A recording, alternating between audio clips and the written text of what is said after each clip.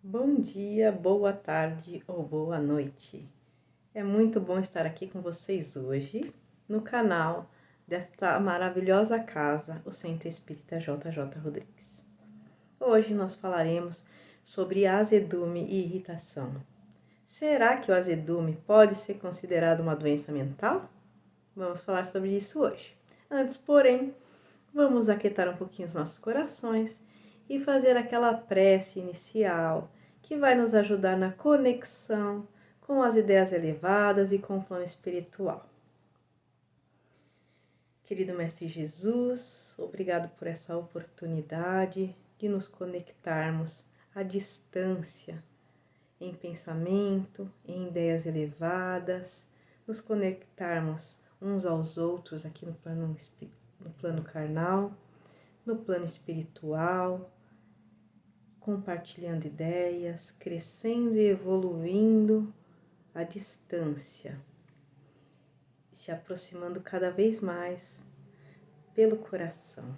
Agradecemos essa grande oportunidade de estarmos reencarnadas nesse período de tanta tecnologia e que possa os seus ensinamentos contribuir para que usemos com assertividade, com amor e com respeito toda essa tecnologia que nos chegam neste momento da humanidade. Graças a Deus e graças a Jesus. Vamos lá então, pessoal. Vamos falar desse assunto. É bastante comum na literatura espírita a gente ouvir falar desse azedume, né? Já está lá desde as obras básicas falando desse tema. Veja, eu queria trazer para vocês uma informação que é assim, ó. No manual DSM-5, que é o nosso manual de diagnóstico e estatístico de transtornos mentais, na sua 5ª edição, ele tem um item que chama distimia. A distimia ela é caracterizada por um humor deprimido na maior parte do dia e na maior parte dos dias por pelo menos 2 anos. Então, aquela pessoa que fica ali, né, como se fosse uma depressão bem levezinha por pelo menos 2 anos. No CID-10, que é o nosso Código Internacional de Doenças, tem um CID que é o F34.1. Ele vai dizer dessa distimia o seguinte, que ela é um rebaixamento crônico do humor, persistindo ao menos por vários anos, mas que a gravidade não é o suficiente, né, para que o indivíduo seja classificado como um transtorno depressivo recorrente grave, moderado ou leve. Então, essa distimia é aquela depressãozinha, né? Ela não chega a ser uma depressão clássica. Ela é um humor rebaixado, então ela é da família das depressões e é aquele quadro que a gente comumente chama de o quadro do mal-humorado. Aquela pessoa que está sempre no azedume por muito tempo. Não é aquele azedume típico da adolescência, né? Aquela fase do mau humor. Não é aquele mau humor recorrente de uma situação específica, perda de um emprego, não é o fim de um relacionamento, não é disso que a gente está falando. Está falando de um quadro persistente, crônico, que afetam as pessoas. E que tem aí um curso muito parecido com o que a gente chama aqui na doutrina espírita de azedume. No livro Mereça Ser Feliz, da irmã Cido Fo, ela no capítulo 20, ela tem um item que chama azedume, temperamento epidêmico. Quando ela fala epidêmico, a gente já tem uma ideia bem mais clara dessa história do que é epidemia, do que é pandemia, né? Quando ela fala epidêmico, ela está querendo dizer que é epidêmico porque é contagioso e contagia rápido, essa que é a questão. Então já começa a dar uma primeira ideia de que os espíritos trazem esse conhecimento para a gente e ele vai, né, se conectando com o conhecimento científico que é produzido por nós aqui. Nesse item da irmã Cido Fo, no livro Mereça Ser Feliz, ela vai dizer o seguinte, que o azedume não é traço emocional somente de mal-humorados e irritadiços, né, de irritados, pois ultrapassa essas conotações mais conhecidas e encontra-se na raiz de muitos quadros comportamentais da vida moderna. Quando ela fala quadros comportamentais, a gente está falando dessa alteração de comportamento, sim, e que a vida moderna tem trazido, e como ela disse lá, com essa característica epidêmica, contagiosa, não é? Quando uma pessoa com esse azedume, com esse estado irritadiço, ela se insere num conjunto de pessoas, em um grupo, existe uma tendência grande de isso se contagiar, né? Do irritadiço, quando a gente vê o grupo todo tá irritado. O azedume, o azedo, o mal-humorado, acaba azedando o grupo todo, não é assim?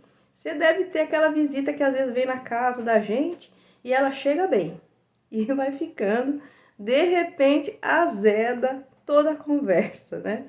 Enfim, essa é uma brincadeira, mas a gente realmente observa e a gente pode treinar também para se observar, para ver se a gente não está levando azedume e irritação para os ambientes em que a gente circula. Seja esse ambiente a casa espírita, o trabalho, a escola, vários ambientes em que a gente pode estar, em que a gente pode estar dentro desses quadros que começam com comportamento simples, né? Com aquele mau humor, e que se ele se estende muito, a gente tem que tomar cuidado.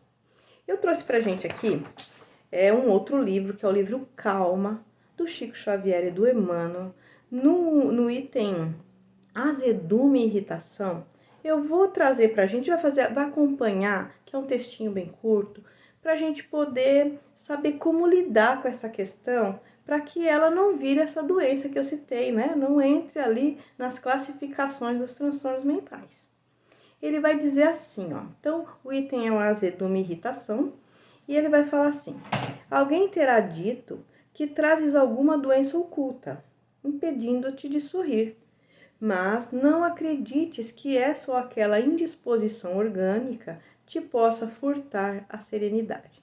Ele começa então dizendo que, olha, doenças ocultas, infortúnios vão acontecer.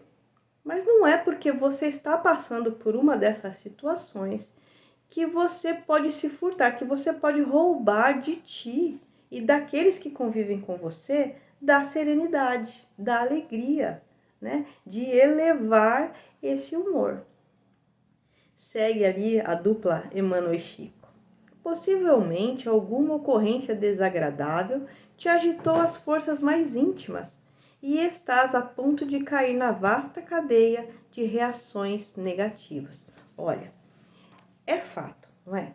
Dependendo das circunstâncias, a gente corre esse risco sim, de entrar nesse encadeamento de ideias, pensamentos, sentimentos, opiniões negativas, reações, né? De reagir mal, de tomar como a minha dor me permite reagir mal. A minha dor, a minha desaventurança permite-me que eu trate mal as pessoas, que eu fique de mau humor ou que eu reaja negativamente.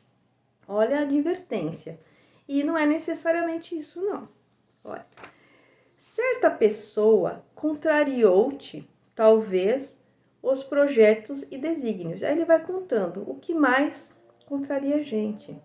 Algum prejuízo alcançou-te de inesperado. Ele diz assim, né? Então, se coisas te acontecerem, infortúnios, perdas, contrariedades, ofensas, mágoas, ele diz, recorda, momentos de crises te examinam a capacidade de resistência. O que ele está dizendo aqui, principalmente para nós espíritas? É naquele momento que aquela pessoa mais te perturba que nós somos chamados, é naquele momento de contrariedade que nós somos chamados a responder pela nossa verdadeira evolução. É nesses momentos em que a gente vai mostrar em que pé que a gente está. É nesse momento que as crises examinam a nossa capacidade de resistência, a nossa força mental. Você sabe que no livro Nosso Lar, André Luiz conta que lá no capítulo 34 ou 35 mais ou menos, ele vai contar que ele encontrou um rapaz que ele conheceu quando encarnado. E a família desse rapaz devia uma quantia de dinheiro para o pai do André Luiz. E o pai do André Luiz, certa feita lá, foi fazer cobranças a essa família. E apesar da mãe do André Luiz falar, gente, não, releva, né, não vai cobrar, o André Luiz foi meio que, ele apoiou o pai para fazer a cobrança e cobrar tudo. E assim fez o pai do André Luiz. E essa família, a família Silveira, ela fica sem nada. Eles perdem tudo, tudo, tudo, tudo. André Luiz e o pai, então, né? O pai, com a anuência de André Luiz, leva essa família à falência total. E André Luiz está lá no plano espiritual, lá na colônia Nosso Lar, e me aparece o filho, né, do Silveira. Quando ele vê o rapaz, ele se envergonha e tenta fugir do contato. Depois, motivado ali pela equipe, ele vai lá conversar com o rapaz, bastante envergonhado. Ele percebe que o rapaz está espiritualmente mais elevado que ele. E aí o que deixa ele mais envergonhado ainda, ele vai lá, abraça o rapaz e já abraça pedindo desculpa, perdão pelo que a gente fez. Porque ele se sentiu culpado, né, por ter apoiado o pai. E o rapaz fala assim, André, não se preocupe, André. Aquilo foi algo muito bom que aconteceu comigo e com a minha família. A perda, a falência, fez com que a gente não caísse em algumas tentações. A perda, a falência, fez com que a gente se mudasse para o interior. Eu conheci minha esposa, lá eu vivi muito bem. Aquela mudança, naquele momento, né, aquela falência, foi o que salvou a minha família. O pai viveu bem, toda a família Silveira viveu muito bem em outra cidade. E aí o André, né, fica até mais envergonhado ainda. Mas essa história traz pra gente esse tipo de compreensão. Que as vicissitudes da vida, elas têm propósito. O que hoje nós chamamos de desventurança, se olhado de uma perspectiva do espírito, a gente vai conseguir ver que ela terá uma função na nossa vida. Ela traz um recado, ela traz uma advertência, ela traz um pagamento de dívida, que a gente vai ficar muito aliviado também por ter pago. Isso, esse conhecimento, traz pra gente o antídoto para o azedume. Então, vamos lá. Diz aqui que as vicissitudes, essas intercorrências que a gente considera negativa, elas vão examinar, então, as nossas capacidades de resistência, vão dizer pra gente que em que pé que a gente tá na evolução, porque é muito fácil, não é? Hoje eu tô aqui gravando esse vídeo, eu tô calma, tô tranquila, mas e quando me aborrecem no trabalho? E quando aqui em casa o cinto aperta demais? Como é que eu vou reagir? Olha, tô lendo bastante aqui para aprender. E, enfim, esses são os nossos antídotos. Conhecer, então, entender que as vicissitudes têm funções na nossa vida e que essas crises vão nos examinar e vão mostrar pra gente o que a gente precisa melhorar.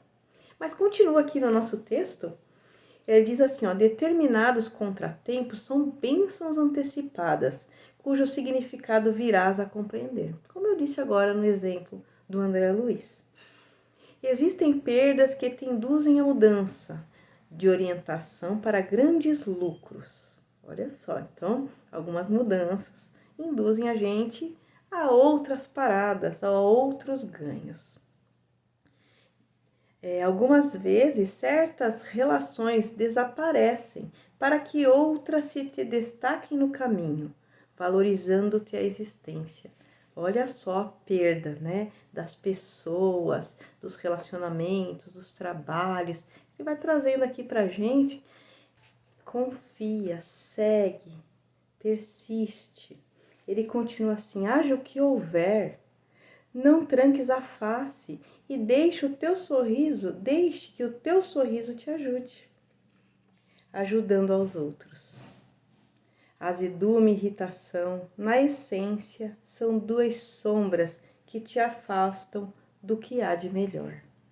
Então, guarde o sorriso, guarde a mocidade, guarde a alegria, a esperança, confia, serve e segue. Gosto muito dessa frase, que nos leva a trazer leveza e, né, o antídoto contra o azedume e a irritação.